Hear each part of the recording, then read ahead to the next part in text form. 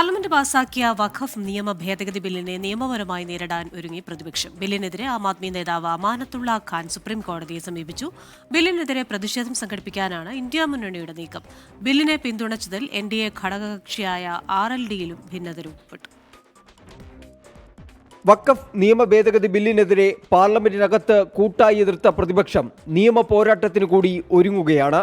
Bill പാർലമെന്റിലെ ഇരുസഭകളും പാസാക്കിയതിന് പിന്നാലെ കോൺഗ്രസും AIMIMഉം സുപ്രീം കോടതിയെ സമീപിച്ചിരുന്നു.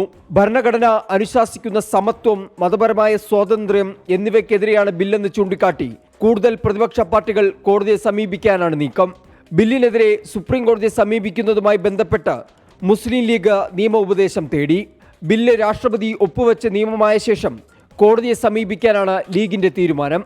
നിയമ പോരാട്ടത്തിനൊപ്പം തെരുവിൽ പ്രതിഷേധം ശക്തമാക്കാനും പ്രതിപക്ഷ പാർട്ടികൾ തീരുമാനിച്ചിട്ടുണ്ട്. ഡൽഹിയിൽ വഖഫ് നിയമ ഭേദഗതി ബില്ലിനെതിരെ ഇന്ത്യ മുന്നണിയുടെ സംയുക്ത പ്രതിഷേധവും പരിഗണനയിലാണ്.